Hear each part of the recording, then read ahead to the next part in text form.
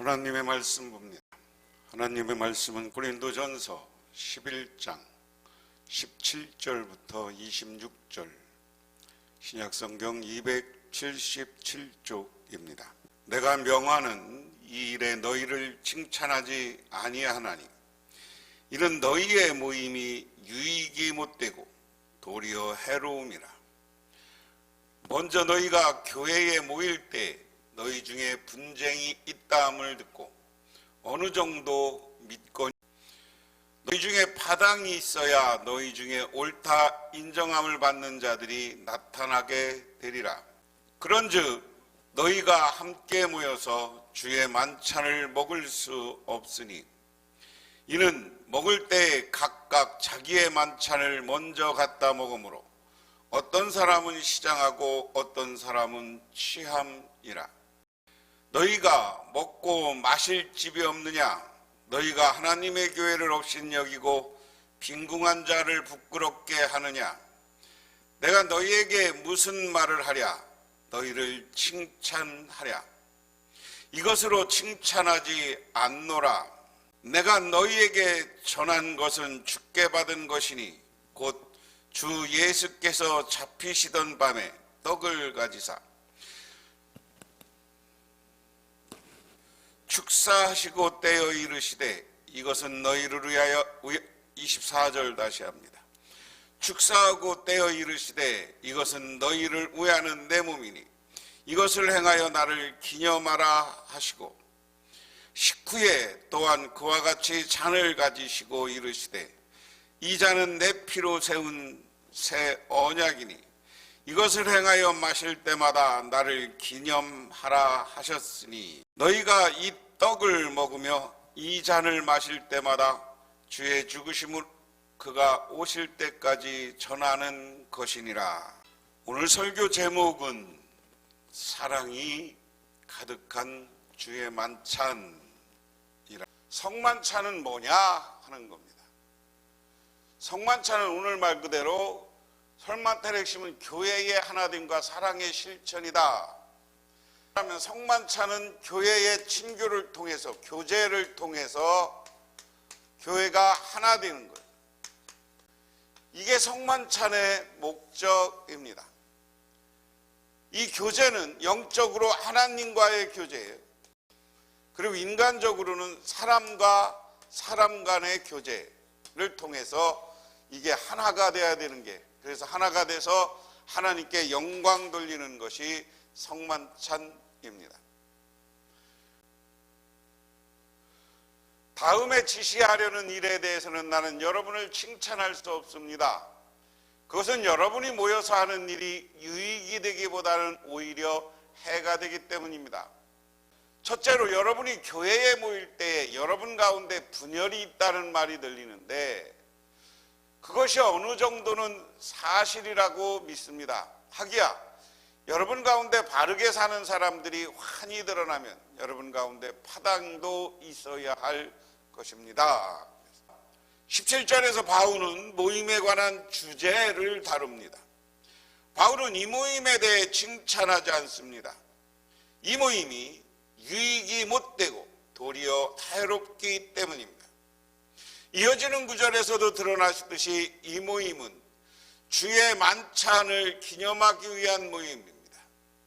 바울은 고린도 교회가 성찬으로 모일 때 그들 중에 분열이 있다는 말을 들었습니다. 그리고 그것이 어느 정도 사실이라 믿는다. 자, 우리가 전제로 성만찬은 교제를 통해서 하나 되는 것인데 하나됨이 되지 못하고 오히려 성만찬을 하면서 교회에 분열이 일어났다. 그러니까 칭찬하지 못하겠다는 거예요. 교회는 뭐 성만찬뿐만은 아니라 무슨 어떤 것을 이야기해도 교회는 분열이 일어나면 안 돼. 교회 안에서는 차별이 있으면 안 돼. 우리가 그것을 명심하고 오늘 말씀을 우리가 공부해야 되는 겁니다. 그래서 오늘 말씀을 하나하나 살펴보는 것이 그거에, 여러분 교회에 모일 때 왜 분열이 일어납니까?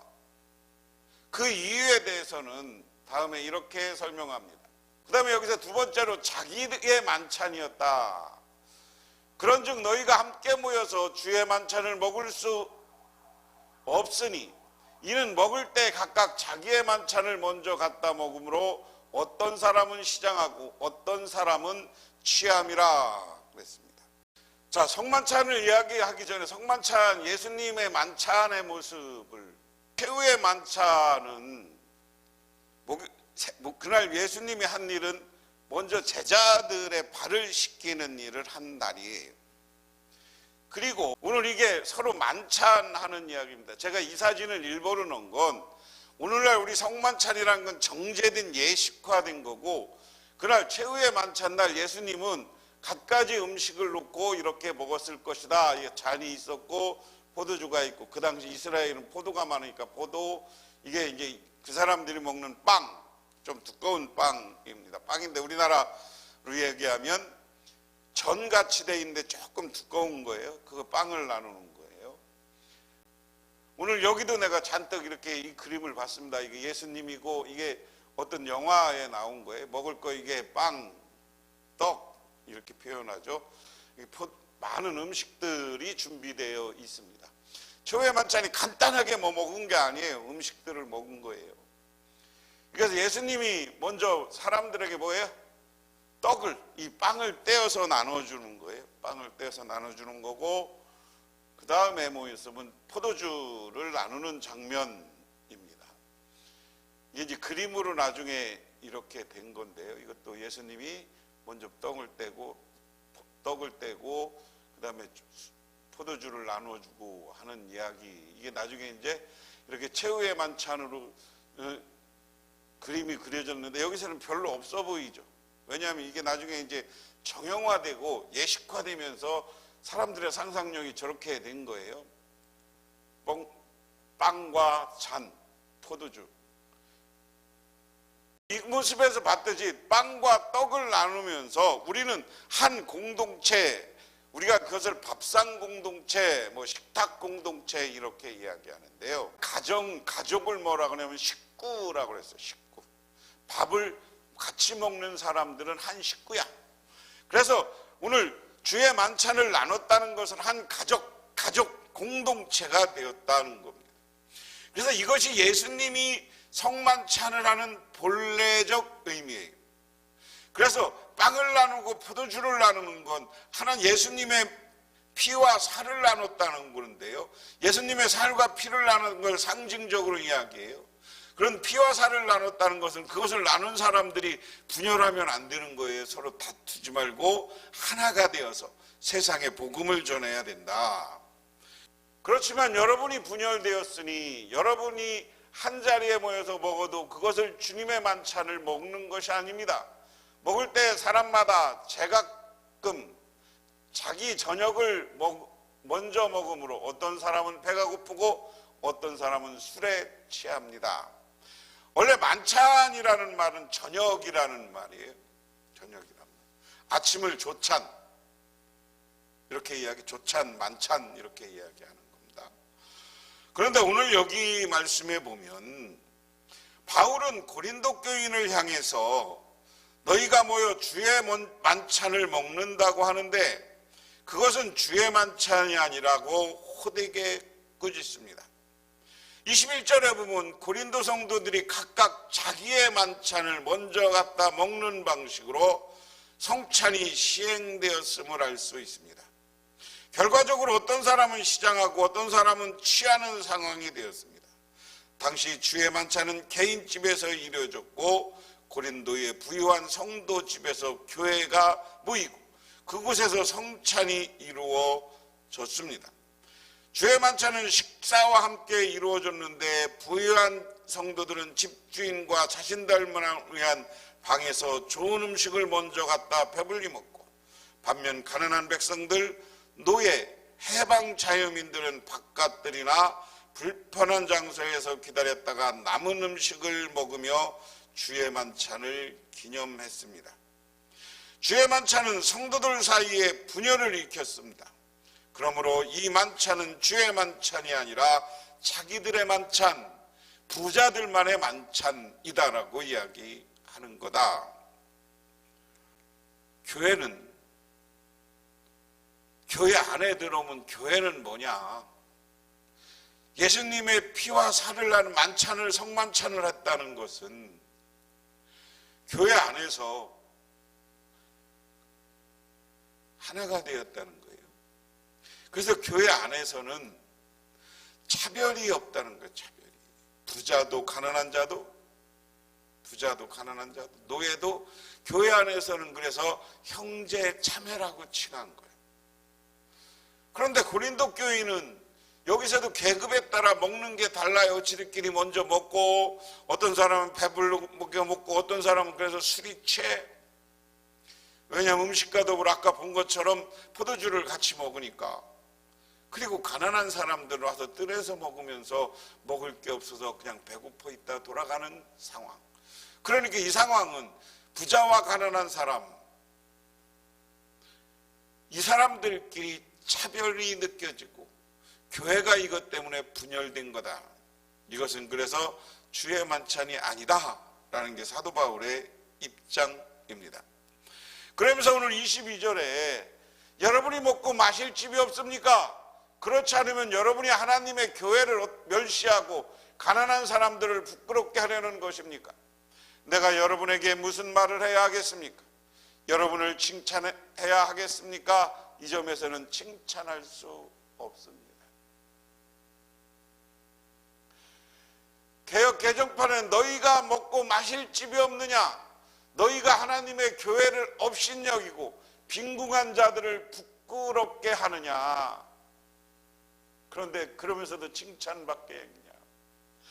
교회는 하나가 돼서 예수 그리스도의 복음을 전하는 곳이 되어야 되는데, 교회에서 부자들이 가난한 사람들을 먹고 마시는 것 때문에 업신여기고 빈궁한 자들을 부끄럽게 여겨. 오늘날 한국 교회가 이런 모습이 아니에요. 잘 생각해 봐요. 교회 부자들만 판치고 부자들이 최고인 교회, 이것 예수님이 바라는 거 아니에요. 여기서 하는 성찬, 여기서 하는 예배, 이거 하나님이 안 받는다는 얘기예요. 그러면서 23절에 내가 너희에게 전한 것은 주께 받은 것이니 곧 주 예수께서 잡히시던 밤에 떡을 가지사 그랬습니다. 주의 만찬이 고린도 교회 안에서 분열을 가져온 것을 보고 바울은 주의 만찬의 참된 의미를 가르칩니다. 주의 만찬은 주께 받은 것, 즉 주님이 제장하신 것이다. 주의 만찬은 진정한 주님의 만찬이 아니라는 책망을 받을 정도로 변질되어서도 주의 만찬은 폐지되거나 무시돼서는 안 된다. 주께 받아 고린도 교회에 전해진 전례로서 본래의 취지를 회복해 주님이 오실 때까지 시행해야 된다 하는 겁니다. 그러면 어떻게 하는 것이 제대로 성만찬은, 주의 만찬을 하는 겁니까? 감사를 드리신 다음에 떼시고 말씀하셨습니다. 이것은 너희를 위하여는 내 몸이다. 이것을 행하여 나를 기억하여라. 식후의 잔도 이와 같이 하시고 말씀하셨습니다. 이 잔은 내 피로 세운 새 언약이다. 너희가 마실 때마다 이것을 행하여 기억. 떡을 나누어 주면서 이것은 나의 몸이다. 그리고 그 잔을 주면서는 포도주를 나누어 주면서 이것은 나의 피다. 주의 만찬은 주님이 잡히시던 밤에 행하여진 것입니다. 떡을 가지고 축사하신 후에 떼어주시며 이것은 너희를 위하는 내 몸이라고 하셨습니다. 식후에 잔을 가지시고 이 잔은 피로 세운 새 언약이라고 하셨습니다. 주의 만찬은 주님을 기념하는 예식입니다. 떡을 주실 때 이것을 행하여 나를 기념하라고 하셨고, 잔을 주시면서도 나를 기념하라고 하셨습니다. 주의 만찬은 주님의 죽으심을 기념하는 것입니다. 그리스도의 죽으심은 분열이 아니라 성도들을 하나 되게 하기 위한 목적입니다. 고린도 성도들의 만찬의 의미를 퇴색시키고 있었습니다. 주의 만찬은 피로 세운 새 언약과 연관되어 새 언약은 그리스도로 말미암아 하나님과의 교제와 다른 성도의 교제를 함축합니다. 그리고 하나님과의 언약의 관계를 맺는 것입니다. 이것을 우리가 잘 기억해야 됩니다. 너희가 이 떡을 먹으며 이 잔을 마실 때마다 주가 죽으심으로 그가 오실 때까지 전하는 것입니다. 그러므로 여러분이 이 빵을 먹고 이 잔을 마실 때마다 주님의 죽으심으로 그가 오실 때까지 선포하는 것입니다. 그랬습니다. 바울은 주의 만찬의 의미를 설명합니다. 주의 만찬은 떡과 잔을 마시며 주의 죽으심을 그분이 다시 오실 때까지 전하는 것이다. 예수님이 이 땅에 오셔서 죽으심은 뭐예요? 우리의 죄를 용서하고 우리의 죄를 사하여 주신 거예요. 그리고 그분은 이 땅에 죽으신 것과 그리고 부활하신 것, 승천하신 것, 이건 예수님이 다시 재림할 때까지 우리의 만찬은 계속되어야 된다. 이 성만찬은 최후의 만찬을 우리가 기념하는 것은 어떻게 보면 다시 한번 전도의 열정을 내고 예수를 전하겠다는 결단의 시간이 만찬의 시간이 돼야 돼.